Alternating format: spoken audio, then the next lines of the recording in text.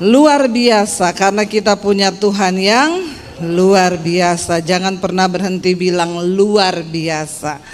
Iya, langsung saja kita buka bersama yuk Pengkhotbah pasal yang kedua, saudara ya. Pengkhotbah pasal yang kedua, firman Tuhan berkata, jadi ini ditulis oleh Raja Salomo. Ya, siapa Raja Salomo? Raja yang terkaya.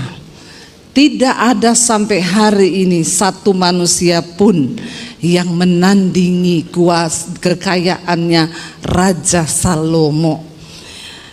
Pengkhotbah pasal 2 ayat yang pertama dia bilang begini, aku berkata dalam hati, baca sama-sama yuk.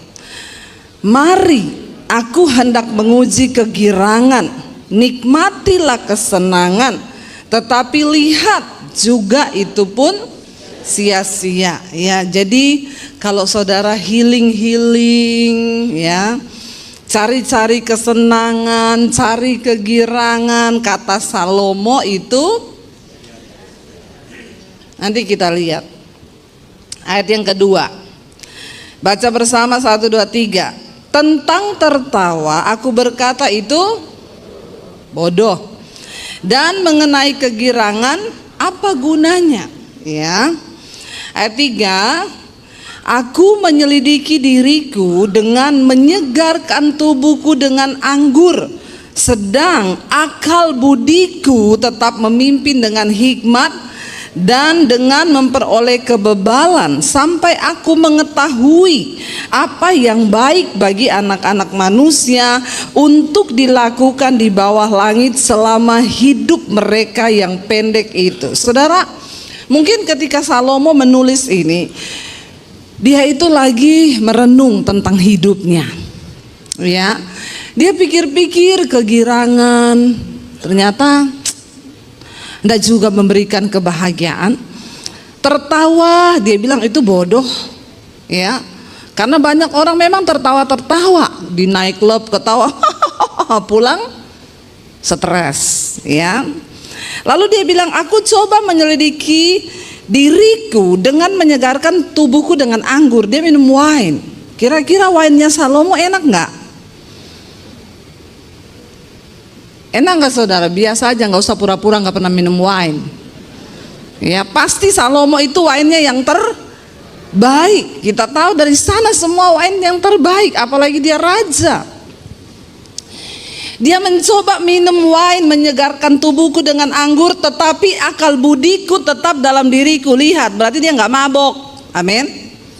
Ya, akal budiku tetap ada di kepala, kata Salomo. Aku minum wine, tapi akal budiku tetap di otak. Banyak orang minum wine, akal budinya pergi dari otaknya, ya enggak?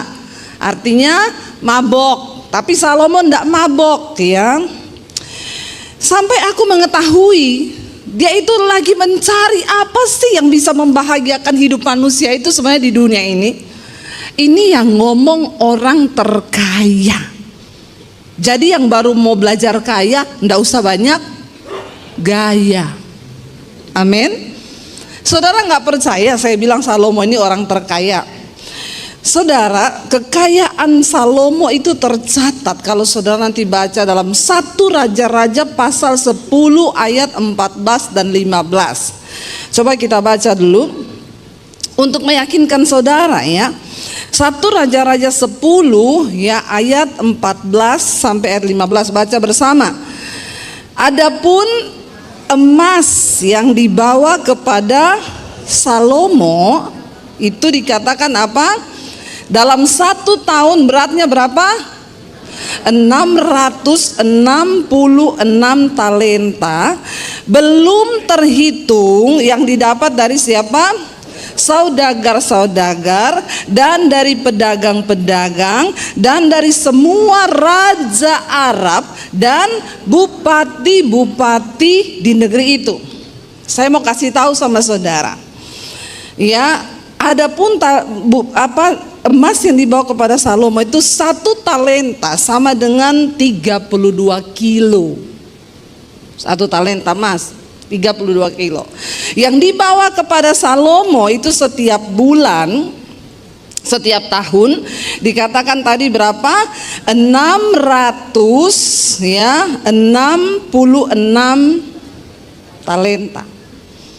Ya, coba kalau saudara kalikan kilo lalu dikalikan gram, itu jatuhnya 21.312 kilogram setiap tahun. Ya, 21.300. Kalau dikalikan gram, taruhlah emas 800 ya, atau sekarang 1 juta ya kayaknya ya. Kita mainlah di angka 1 juta. Ya, berarti saudara setiap ya tahun ya, kalau kita kali 40 tahun aja langsung ya, Salomo berkuasa 40 tahun. Itu sekian 800 sampai 900, hampir 900 triliun setiap tahun. Itu baru emas yang dibawa kepada dia, belum termasuk yang disetor sama raja-raja, bupati-bupati, bahkan raja Arab. Jadi saudara, setiap tahun emas yang pasti dia miliki itu 800 triliun, belum termasuk dia punya kapal-kapal yang berlayar saudara, yang ambil rempah-rempah, ambil semua kekayaan. Itu hanya yang dicatat saja, setiap tahun dia dapat. Orang terkaya di dunia kekayaannya sekarang 3.500 triliun sekian. Salomo dalam waktu 1 tahun 800 sampai 900 triliun. Ya, belum dikali dengan istana yang dia bangun, emas-emas yang dia punya, kayu aras, minyak mur, semua kekayaannya dia. Makanya benar Alkitab berkata, tidak ada orang terkaya lagi selain Salomo yang pernah ada di dunia. Bayangkan loh, dia menulis tertawa sia-sia. Ya, tertawa itu bodoh. Coba kita lanjutkan ayat yang Pengkhotbah pasal 18, pasal 2 tadi.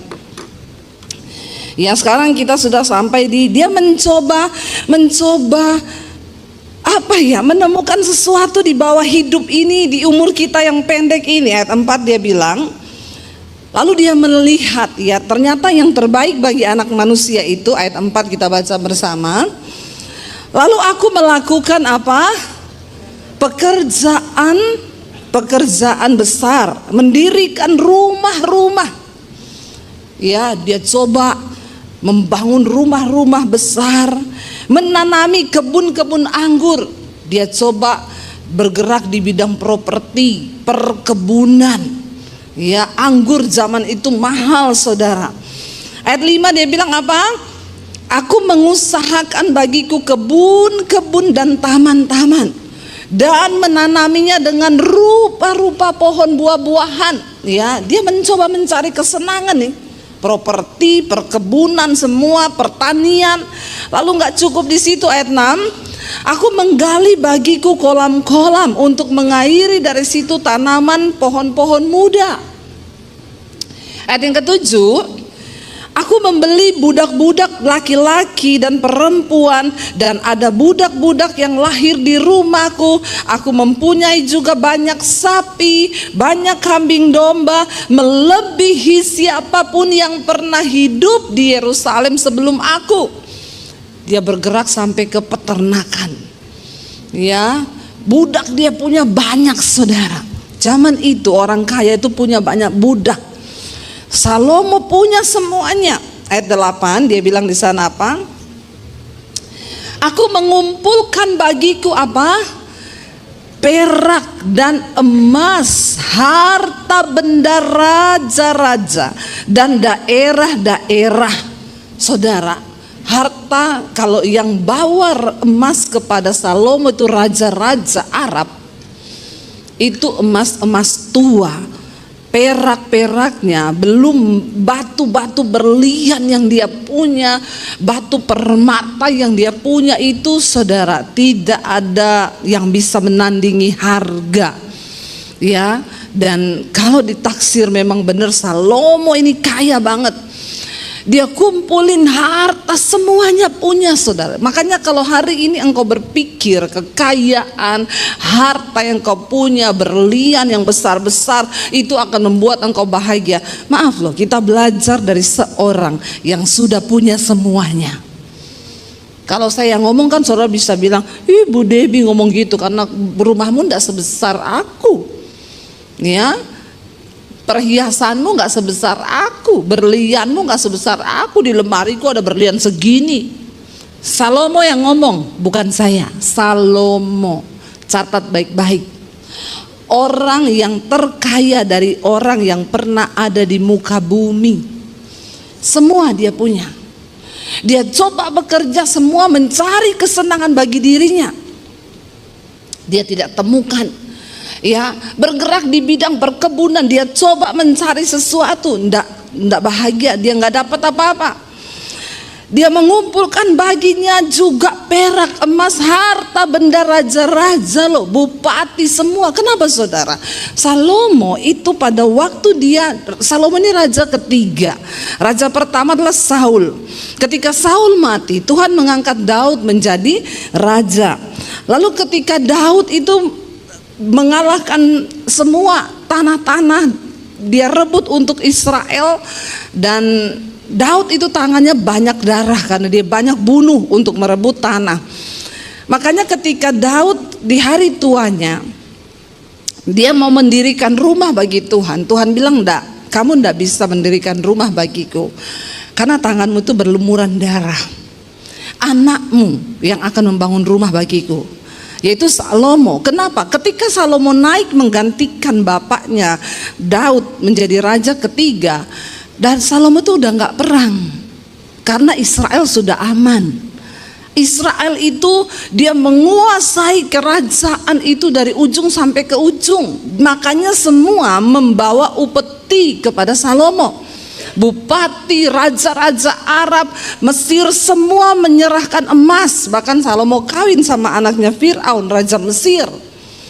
Ya, jadi saudara, dia banget kayanya luar biasa.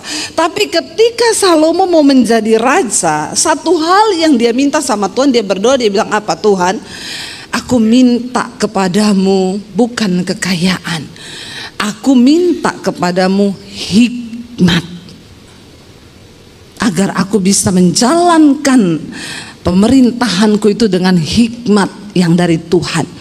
Lalu Tuhan bilang, karena kamu tidak minta kekayaan, kamu tidak minta uang, kamu tidak minta umurmu diperpanjang, tapi kamu minta adalah hikmat untuk melakukan semua ketetapanku sebagai raja. Kamu harus memutuskan dengan hikmat Tuhan.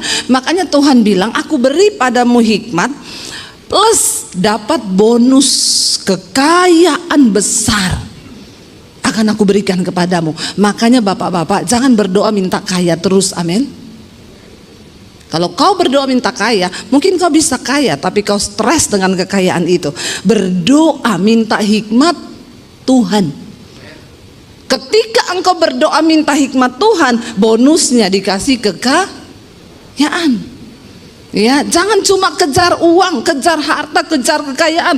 Engkau sedang salah fokus. Ketika engkau bekerja, berbisnis cuma dengan tujuan satu, cari uang, uang, uang dan uang, kaya, kaya, kaya dan kaya, engkau sedang gagal fokus.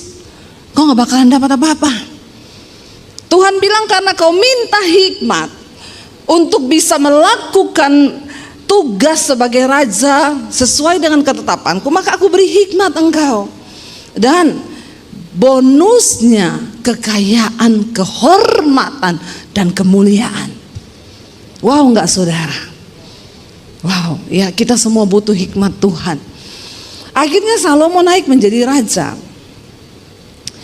Semua mendengar tentang hikmat Allah yang begitu luar biasa, sehingga raja-raja di sekeliling Israel setiap itu datang kepada Salomo untuk mendengar perkataan hikmatnya. Loh, orang itu kalau berhikmat, orang datang cari kau, saudara. Amin. Itu sudah pasti. Kalau hikmat Tuhan ada padamu, ya, berkat akan mengejar hidupmu. Ya, asal punyalah hikmat Tuhan. Setiap hari raja-raja, saudagar-saudagar kaya, bupati, kepala daerah, bahkan orang-orang kaya ternama dari bangsa-bangsa datang untuk mendengarkan hikmat Salomo.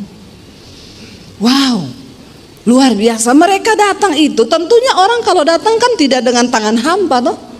Mau mendengar hikmat, tentu bawa persembahan. Itu udah pasti, saudara. Jangan bingung ya. Saya ini mengucap syukur ya. Ya mungkin Tuhan kasih hikmatnya sedikit kepada saya ya. Firman Tuhan itu hikmat. Banyak orang hari ini kepengen ketemu saya. Kepengen saudara, tiap hari itu undangan, Bu bisa makan bareng, pengen sharing-sharing sama ibu, cuma pengen denger firman yang kita sampaikan. Apa sih hikmat Tuhan tuh firman? Ya, nanti saudara kalau saya ada waktu, oke Bu, hari ini saya di Jakarta ada waktu, kita ketemu jam berapa? Mereka datang. Datang itu nggak dengan tangan hampa, saudara. Itu sudah pasti. Saya nggak usah minta, saya nggak usah mengemis, nggak usah. Ya, orang itu janji Tuhan. Kalau engkau punya hikmat, bonusnya berkat kemuliaan itu Tuhan beri. Saya hari ini sangat menikmati. Ya, saya bisa pakai sepatu 15 juta, saya enggak beli. Ini upeti dikasih orang. Enggak usah iri sama saya, amin. Ya, enggak usah iri. Bu Devi sekarang hedon, pakainya merek-merek. Lah dikasih masa enggak saya pakai? Iya enggak? Ya dikasih dipakai dong. Salomo dikasih ya diterima. Masa disuruh bawa pulang? Saya pakai tas mahal, itu enggak saya beli, upeti. Yang penting jangan minta. Loh, orang itu pengen ketemu saya itu, kalau dia ngasih sesuatu saya terima, seneng, dia seneng loh. Seneng banget loh. Ya, apalagi kalau saya pakai, Bu saya seneng banget, Ibu pakai baju saya khotbah, aduh saya seneng banget loh saudara. Ya, seneng dia. Jadi saya nih baju, sepatu udah nggak usah beli, tas nggak beli saya. Ya, orang itu pengen ketemu, dengar hikmat Tuhan, ngobrol, kasih tahu janji Tuhan, kasih tahu firman Tuhan, seneng mereka.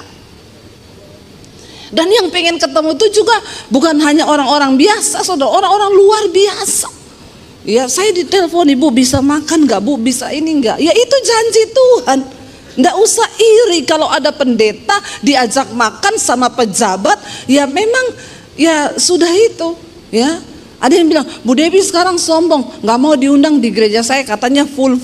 Lah dulu saya nggak ada jadwal, kau tidak undang saya. Dulu saya nggak ada jadwal saudara, nggak ada pelayanan, saya tawar-tawarkan diri, orang nggak mau. Ya Pak undang saya lah di gerejamu. Nggak, siapa kamu Debbie Basir?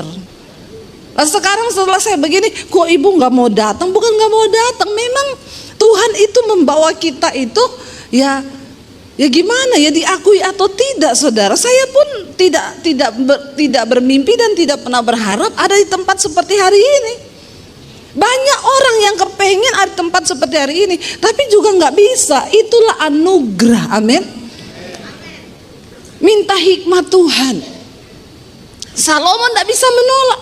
Orang bupati datang, raja-raja Arab datang, minta janji. Pasti sekretarisnya Salomo bilang, Pak, Raja Arab, saya mau ketemu Raja Salomo, kapan ya saya mau datang bawa upeti, mau dengar hikmat, kata Alkitab. Maaf ya Pak, ini Raja Salomo sudah full, bisanya tahun depan, mau enggak? Mau ya enggak? Iya, bayangkan semua saudagar orang kaya-kaya pengen ketemu, ya pasti ada jadwalnya. Ya ada jadwalnya. GSJS Bu minta tiap bulan, nggak bisa Pak. Ya nanti tahun depan lagi kita ketemu. Kan dibagi-bagi tuh saudara. Saudara, itu janji Tuhan. Salomo menikmati kelimpahan apa yang Tuhan janjikan. Hikmat aku berikan plus kemuliaan, kehormatan.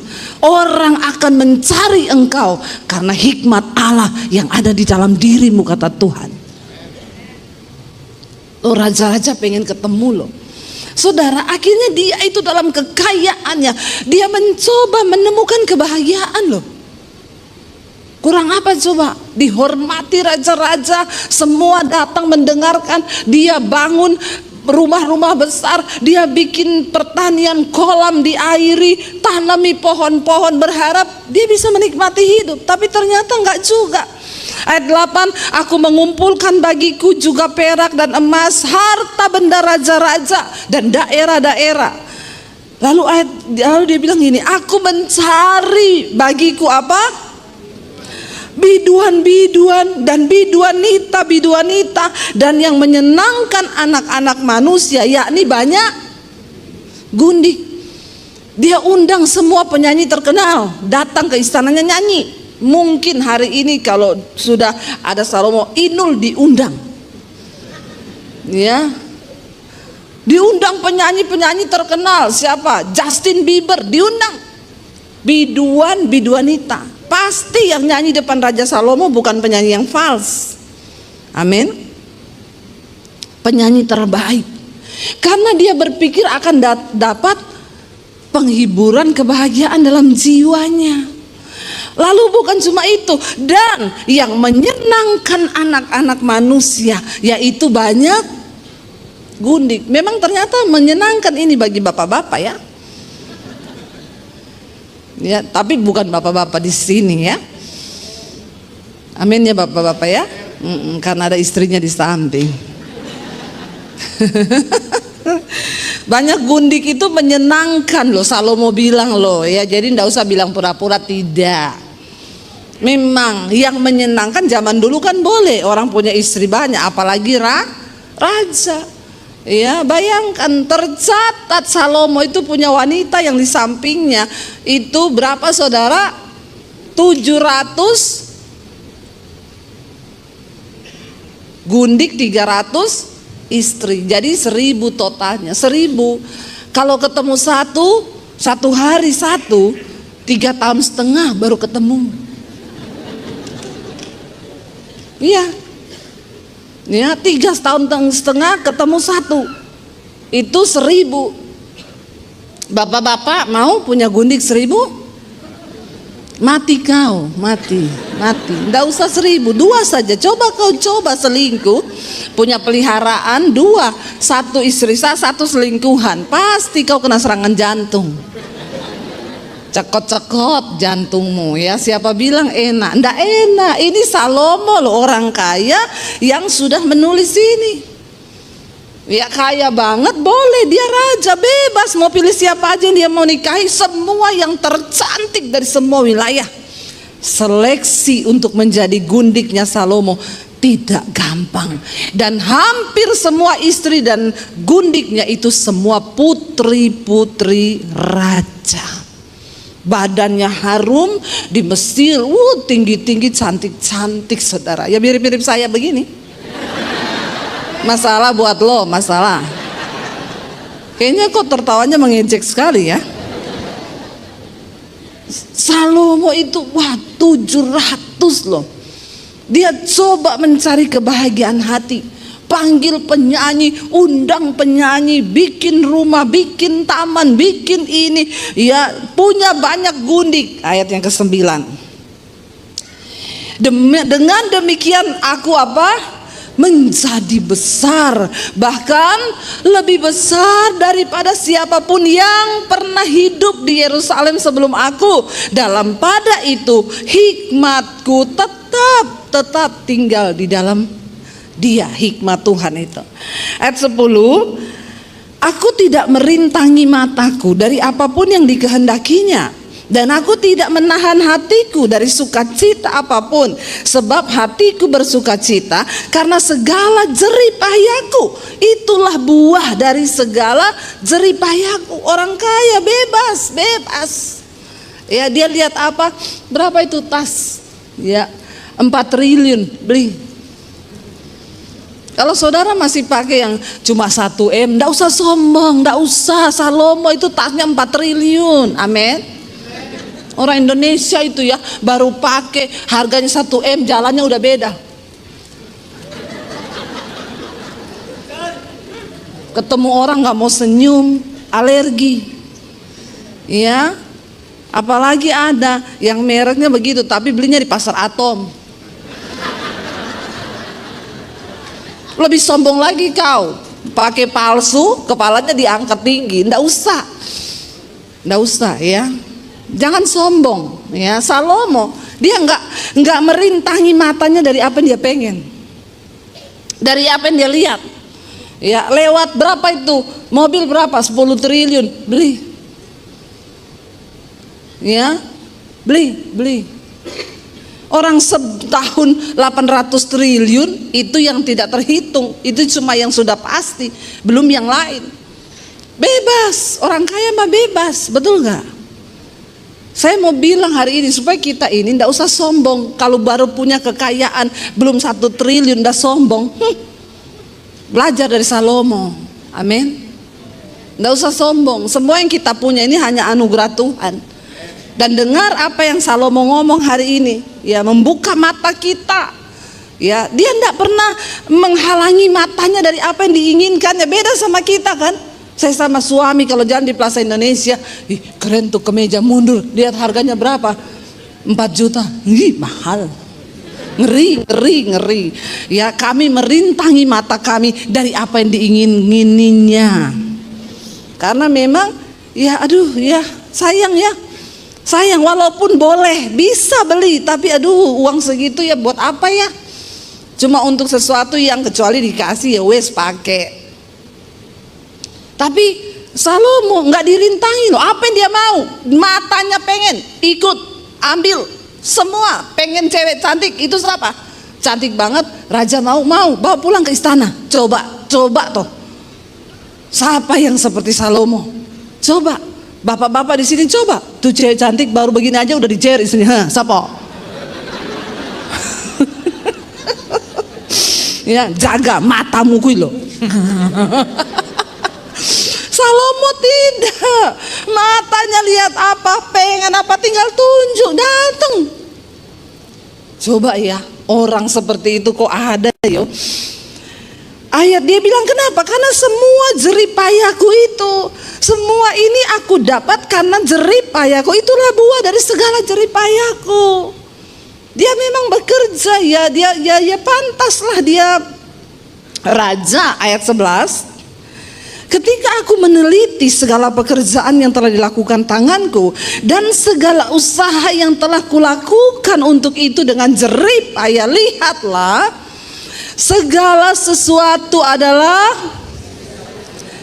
kesia-siaan dan usaha menjaring angin. Memang tak ada keuntungan di bawah matahari. Siapa yang bisa menjaring angin?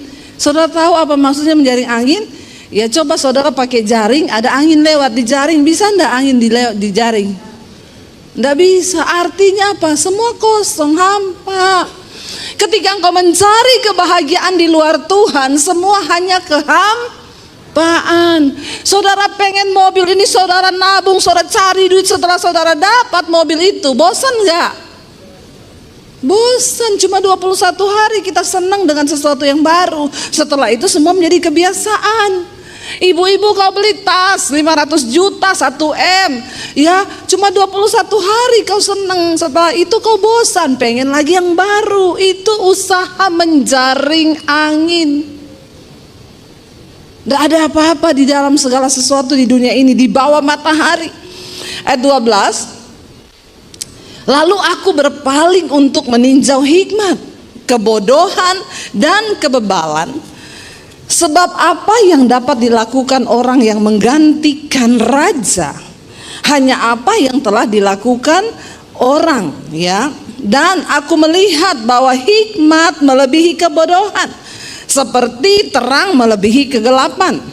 Ayat 14, mata orang berhikmat ada di kepalanya, sedangkan orang yang bodoh berjalan dalam kegelapan. Tetapi aku tahu juga bahwa nasib yang sama menimpa mereka. Walaupun orang berhikmat, yang satu bodoh, tapi nasib yang sama menimpa. Ya, dia bilang orang bodoh mati, orang berhikmat juga mati. ternyata sama-sama mati juga. Ayat yang ke-15, maka aku berkata dalam hati, baca bersama, nasib yang menimpa orang bodoh juga akan menimpa aku. Untuk apa aku ini dulu begitu berhikmat? Lalu aku berkata dalam hati bahwa ini pun mulai stres dia. Mulai stres. Ternyata orang itu kalau terlalu kaya juga bisa stres loh saudara. Bisa stres loh. Ya, ketika jadi orang kaya semua yang dia pengen bisa ya. Makanya saya bilang sama suami saya, kita ini dulu saudara punya uang ya, punya uang mau beli, dulu belum punya uang ya, kalau lihat Starbucks itu pengen beli, nggak bisa beli karena nggak punya uang. Waduh, kopi kok harganya segitu, beli beras dapat 2 kilo, nggak jadi, sayang, bisa buat beli susu anak. Sekarang ya bisa beli, tapi diet.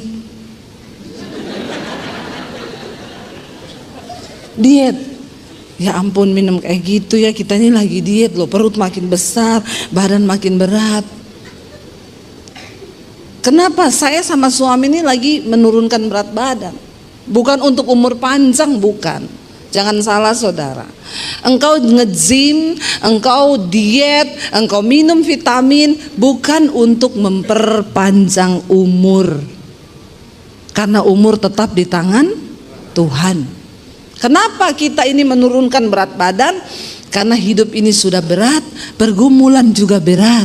Kalau badanmu berat, maka tambah beratlah hidupmu. Amin. Jangan berat-berat badanmu. Amin. Ya, itu saja, itu cuma itu. Kenapa kita pengen kurus? Ya supaya hidup ini tidak terlalu sebab pergumulan akan berat. Nasib yang sama menimpa orang bodoh dan orang bijak. Ya, pergumulan akan tetap datang, kematian akan tetap menghampiri. Jangan kau pikir setelah kau nge-gym, kau olahraga, umurmu panjang. Ada atlet di gym mati di gym ketiban alat berat. Iya toh? Masih muda enggak? Muda, sehat, badannya kering, ototnya kenceng.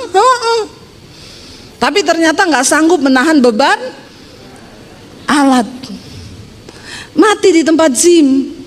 Jadi kita ini olahraga, kita sehat, kita ini mau menurunkan badan, minum vitamin, bukan untuk umur panjang. Jangan sesat. Hanya untuk supaya engkau hidup sehat.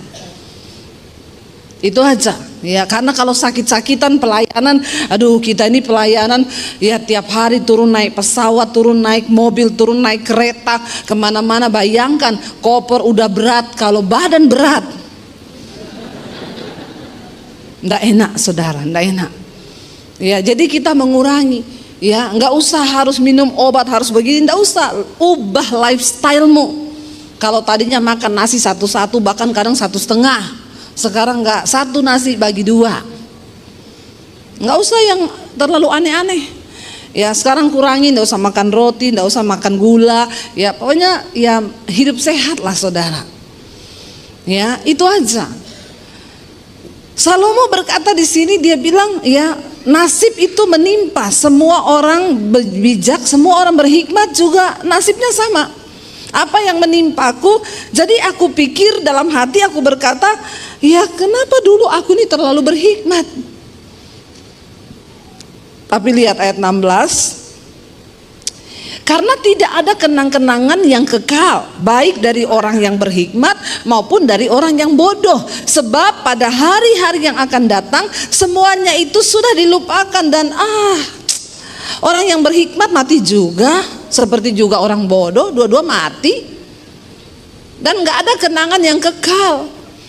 Orang berhikmat mati, orang bodoh mati, dua-dua dilupakan. Gak ada saudara, seberhikmat apapun ya, atau sebaik apapun suamimu. Ada ibu-ibu yang bilang begini, suamiku jangan ditaruh di kuburan ya, biar dia tetap di kamar sini diawetkan. Ada? Supaya kita tetap ingat dia terus. Nggak ada toh, yang ada saudara takut. Saudara nggak berani tidur di rumah itu, bahkan semua orang takut, ih ada setan di situ.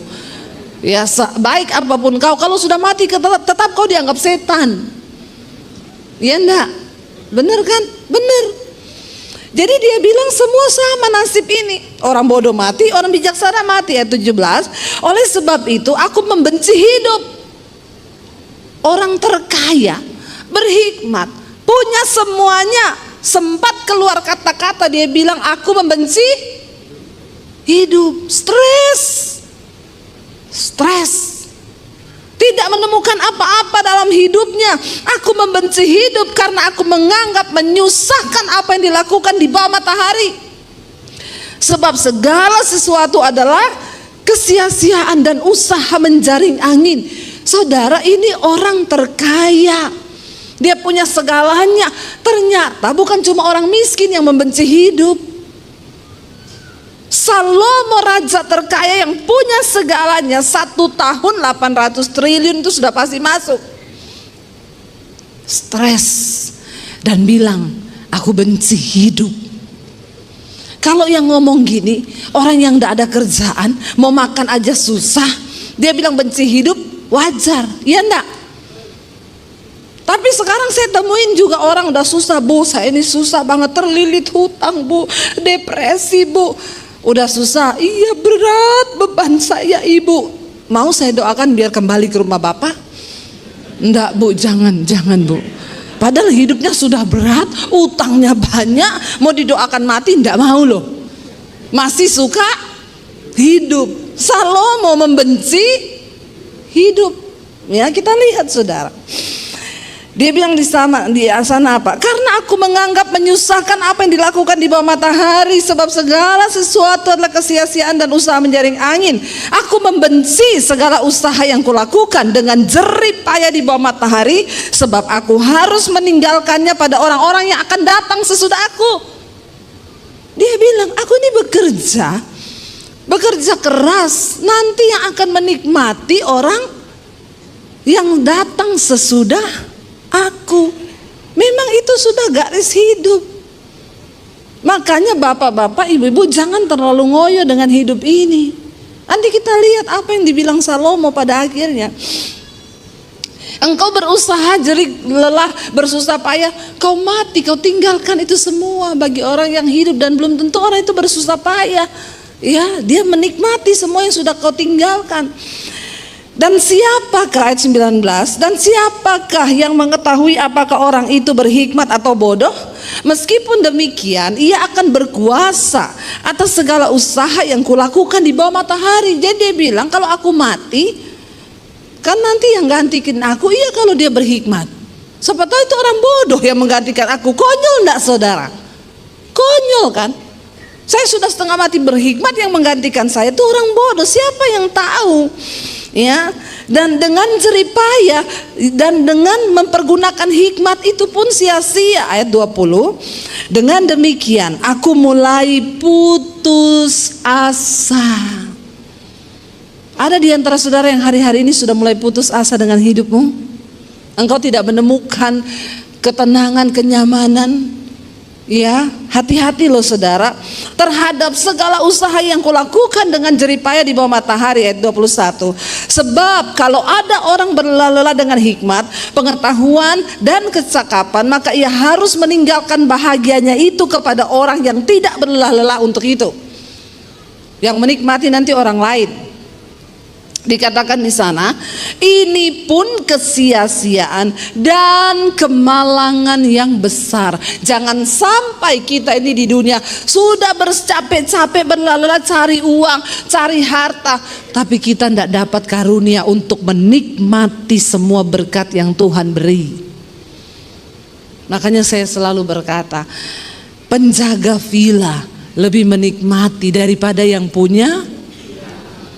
Ini loh maksudnya Salomo itu, ya, yang punya villa di Jakarta cekot-cekot bayar cicilan, ditagih pajak, dikejar-kejar. Penjaga villa anaknya berenang, istrinya goreng pisang, yang jaga villa merokok di samping kolam.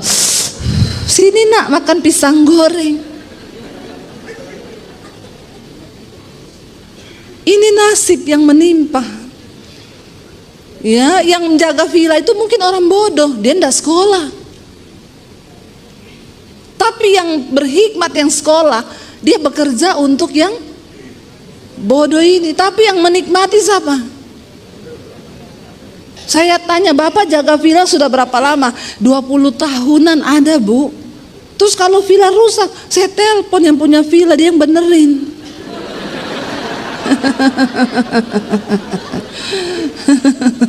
Jadi yang dapat karunia menikmati siapa, saudara? Terus Bapak digaji tiap bulan? Iya, gaji saya utuh. Ya, kalau bocor apa, listrik gini-gini, AC rusak, telepon yang punya villa, Pak. Ininya rusak, oh iya tolong panggil tukang, berapa itu? 15 juta, iya saya transfer sekarang ya. Siapa yang bekerja untuk siapa? Bodoh kalau kau tidak mengerti arti hidup ini. Bodoh, itu yang Salomo bilang, bodoh. Buat apa kau punya segalanya, berjeri lelah, punya hikmat, kalau engkau putus asa dengan hidup, benci dengan hidup. Ayat 22, apa faedahnya yang diperoleh manusia dari segala usaha yang dilakukannya dengan jerih payah di bawah matahari, dan dari keinginan hatinya. Bayangkan loh, dia sudah ikuti semua keinginan hatinya, keinginan matanya. Ayat 23, baca, seluruh hidupnya penuh kesedihan dan pekerjaannya penuh kesusahan hati, bahkan pada malam hari hatinya tidak tentram. Ini pun sia-sia. Bagi saudara yang amnesia, tidak bisa tidur, insomnia, amnesia. Kalau insomnia terus-menerus bisa jadi amnesia, nanti lupa, nggak bisa tidur, tiap malam tidak ada tentram hati, minum obat penenang. Saya dapati banyak orang kaya kalau tidur harus minum obat. Orang miskin nggak, belum sampai pintu rumah sudah ketiduran depan pintu. Kenapa? Capek bekerja, capek. Makanya saya kalau orang kaya, Bu Debbie doakan saya, Bu. Kenapa? Saya hari-hari ini tidak bisa tidur. Saya cuma bilang, Bapak Ibu kurang capek itu, kurang capek. Coba lari-lari keliling rumah 10 putaran. Kau pulang pasti kau tidur. Kalau tubuhmu capek, maka otakmu juga ikut tidur. Tapi kalau tubuhmu kurang capek, otakmu capek, itu kau tidak tidur. Ya, tukang ojek yang kerja seharian capek, belum pulang, baru geletak lepas helm udah tidur di kursi. Ini pun adalah sia-sia. Yang kaya turun pakai sopir mobil mewah, masuk tidak bisa tidur di tempat tidur, bolak-balik ingat hartanya, kerjaannya, hatinya tidak tentram. Ya, mudah-mudahan ada yang mendengarkan di sini nih, yang tidak bisa tidur kalau malam. Ini pun sia-sia. 24, baca, tidak ada yang lebih baik bagi manusia, ya, dia bilang, daripada apa? Makan dan minum dan bersenang-senang dalam jerih payahnya. Apa yang paling bagus kata Salomo? Bersukaria dalam jerih payahmu, itu makan minum, bersukacita, makan minum. Tapi dia bilang apa? Aku menyadari bahwa ini pun, biar kau punya uang, biar kau punya segalanya, kesenangan, kebahagiaan, itu hanya datang dari tangan Tuhan. Tepuk tangan buat Tuhan. Tuhan, hanya dari tangan Tuhan. Sekaya apapun engkau, ini yang tulis Salomo, yang setahun sudah pasti masuk berapa tadi? 800 triliun.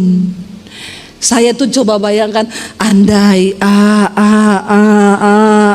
ku punya 1 triliun. Kalau saudara dikasih 1 triliun hari ini, mau apa saudara? Kipas-kipas, Bu.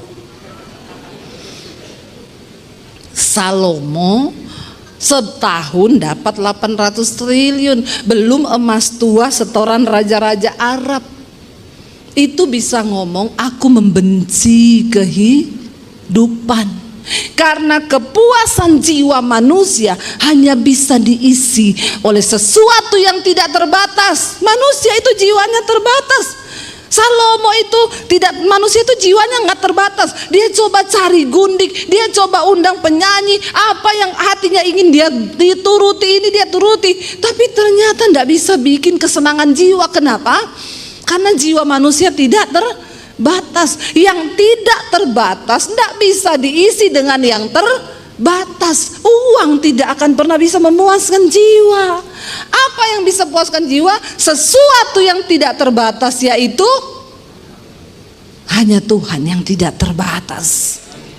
Dia bilang yang terbaik bagi manusia makan minum bersenang-senang dalam jeripayanya di dunia ini. Tapi aku pun menyadari bahwa itu hanya datang dari tangan Tuhan. Ayat 25, karena siapa dapat makan dan merasakan kenikmatan? Siapakah yang dapat makan dan merasakan kenikmatan di luar Tuhan?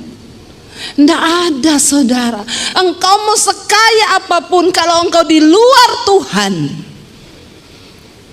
nol, semuanya percuma. Tapi sebaliknya, engkau punya uang pas-pasan, engkau makan hanya apa yang ada, cuma tempe goreng sama sambal. Tapi kalau engkau berada di dalam Tuhan, itu pun suatu kebahagiaan di dalam Tuhan. Hanya Tuhan yang sanggup memberi kenikmatan di dalam hati manusia. Makanya kita nggak bisa ukur kebahagiaan orang dari harta yang dia punya. Ada orang kaya banget, mobilnya mewah, jalan sama istri nggak teguran, ya, pakai jam 3 miliar, tasnya 2 miliar, semuanya miliar-miliar. Tapi rumah tanggamu nggak bahagia. Ya, sama istri nggak pernah omongan, sama anak-anak nggak pernah bercanda, duduk bersama, makan tertawa. Kalau di restoran duduk, semua pegang HP, anaknya pegang HP, istrinya pegang HP, maknya pegang HP. Itu tanda-tanda. Siapa? Dia bilang, siapa dapat makan dan merasakan kenikmatan di luar Tuhan? Tidak ada. Ayat 26 kita baca, karena kepada orang yang dikenannya ia mengaruniakan hikmat, pengetahuan, dan kesukaan. Apa yang harus kita kejar di dunia ini? Jadilah orang yang berkenan di hadapan Tuhan. Kepada orang yang dikenannya, dia akan beri hikmat, pengetahuan, dan kenikmatan, kesukaan itu ada. Ya, tetapi orang berdosa nih yang suka bikin dosa angkat tangan, yang masih suka selingkuh, yang masih kepahitan, masih melakukan segala dosa. Tetapi orang berdosa ditugaskannya untuk apa? Menghimpun dan menimbun harta, bahkan sesuatu yang kemudian harus diberikannya kepada orang yang dikenan Allah. Makanya jangan jadi orang berdosa. Ya, yaitu kayak penjaga villa sama yang punya villa. Penjaga villanya dikenan Tuhan. Yang punya villa ini tidak dikenan, hidup dalam dosa. Hartanya disuruh Tuhan, diperintah, ditugaskan Tuhan orang ini untuk bekerja agar orang yang dikenan ini boleh menikmati berkat. Dia yang berusaha, dia yang berjerih lelah. Ya saudara, engkau punya banyak karyawan, karyawanmu 3.000 atau berapa, 100, 200. Karyawanmu bahagia, kau tidak bahagia. Kau ditugaskan Tuhan untuk bahagiakan karyawanmu, karena karyawanmu dikenan Tuhan dan kau tidak dikenan Tuhan. Ngeri nggak hidup? Hati-hati loh, jangan kau pikir kau bahagia. Orang yang cuma makan tempe tahu di rumah, bisa jadi dia lebih bahagia daripada engkau. Karena dia diberi Tuhan, dikenan Tuhan, dikasih kesukaan di dalam hatinya. Kesukaan itu nggak bisa kita beli dengan uang, nggak bisa. Jangan sampai engkau berdosa, engkau kaya, Tapi kau ditugaskan untuk menghimpun, menimbun kekayaan, cari uang yang kemudian harus kau berikan kepada orang yang dikenan Allah. Ini pun adalah kesia-siaan dan usaha menjaring angin. Kalau engkau mengerti, hidup itu begitu. Ya, jadi saudara, satu hal yang Salomo mau katakan di sini adalah apa? Mari kita mengejar perkenanan Tuhan. Jangan coba-coba selingkuh bapak-bapak. Salomo sudah rasa 1000 istri, 1000. Kalau bapak baru mau 1, ya tolong bertobat. Engkau tidak mungkin senang dengan perselingkuhan. Akan cekot-cekot otakmu, jantungmu akan berhenti. Ya, kau mati dalam keadaan perselingkuhan, persinahan. Ya, ada lagi yang lebih luar biasa di bawah matahari ini. Sudah miskin, selingkuh. Ya, kaya selingkuh masih agak-agak saudara ya. Walaupun memang sama-sama gak dikenan Tuhan. Ada lebih sombong lagi, miskin selingkuh. Istrinya di rumah gak tahu mau makan apa. Gak tahu diri orang kayak begini nih, gak tahu diri. Bertobat. Hari-hari ini yang terpenting dalam hidup kita adalah kita cari perkenanan Tuhan. Apapun keadaanmu ini, engkau bisa bahagia kalau engkau tinggal di dalam Yesus. Kalau engkau tinggal di dalam Tuhan, rumah tanggamu bahagia. Saya nggak bicara soal uang. Saya mengalami hidup dengan suami, anak 3, naiknya motor. Kami kalau malam minggu itu pergi ke mall berlima, ya beli nasi goreng itu 2, anak bagi 3, kita bagi 2, beli es teh 2, bagi 2, bagi 3. Tapi kami bahagia saudara. Kami bahagia. Kami bisa doa bersama. Kami ada dalam satu kesatuan. Kami bahagia, bukan tidak bahagia. Sebab kesukaan itu diberikan Tuhan kepada orang yang dikenannya. Ini sampai jam berapa ya? Ya, diberikan Tuhan kepada orang yang dikenannya. Saya ingat beli mobil pertama. Kami punya mobil pertama itu, ya, mobil tua sekali. Kayaknya mobil tahun 79 apa berapa.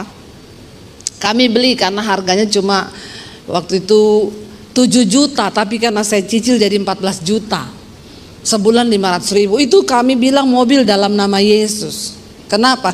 Tiap kali mau naik suami saya bilang doa ya dalam nama Yesus supaya tidak mogok. Kalau naik gunung saudara, ya naik tanjakan begitu, suami dalam nama Yesus, darah Yesus, ayo. Anak saya 3 di belakang, darah Yesus, dalam nama Yesus. Bener, ngek, mogok. Lalu suami saya bilang ya udah turun ya. Saya angkat anak 3, ayo dek, nahan beca. Pak, stop pak. Anak saya 3 saya bawa, rumah mertua sudah dekat. Suami saya urusi mobil yang mogok. Mau naik ke mall itu parkir kan, tinggi kan, suami saya dari bawah, nah dalam nama Yesus, kita dalam nama Yesus, tapi menambah iman mobil itu, karena tiap hari kami harus dalam nama Yesus. Puji Tuhan, haleluya. Saudara tertawa ya, saya sedih loh. Teganya kau. Ya, naik di mall parkiran kan tinggi, semua teriak dalam nama Yesus. Dia gas, tiba-tiba bunyi, prang. Kita semua teriak darah Yesus. Dia rem, knalpotnya jatuh. Seneng kan? Seneng. Tapi apakah kami tidak bahagia? Bahagia, kita ketawa terbahak-bahak saudara. Ketawa kita, ya ampun Tuhan, tuh knalpotnya jatuh, cepet pap ambil. Saya turun ambil knalpotnya saudara. Karena itu kan di jalan parkiran ya, bahaya mobil dari belakang. Saya bawa knalpotnya. Makanya ya cari istri itu yang kayak saya ini loh. Ya bisa angkat galon, bisa suruh dorong mobil. Ya kesetrum tidak mati lagi. Haleluya tuh. Apakah kami tidak bahagia? Bahagia kami, bahagia.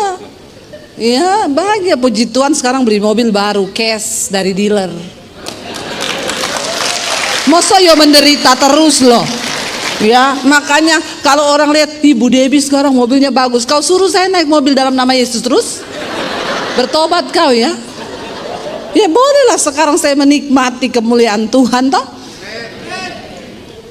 Berarti saya imannya sudah lulus dalam nama Yesus sudah. Nah yang belum lulus silakan coba. Akhirnya mobil itu berakhir apa?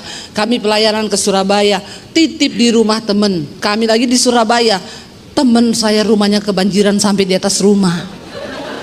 Itu mobil terkubur dengan air di situ. Ya sudah berakhir di situ sudah itu mobil. Nggak bisa, mobil sudah tua banget mau diperbaiki apalagi sudah tidak bisa. Tapi kebahagiaan itu kami dapat di dalam Tuhan.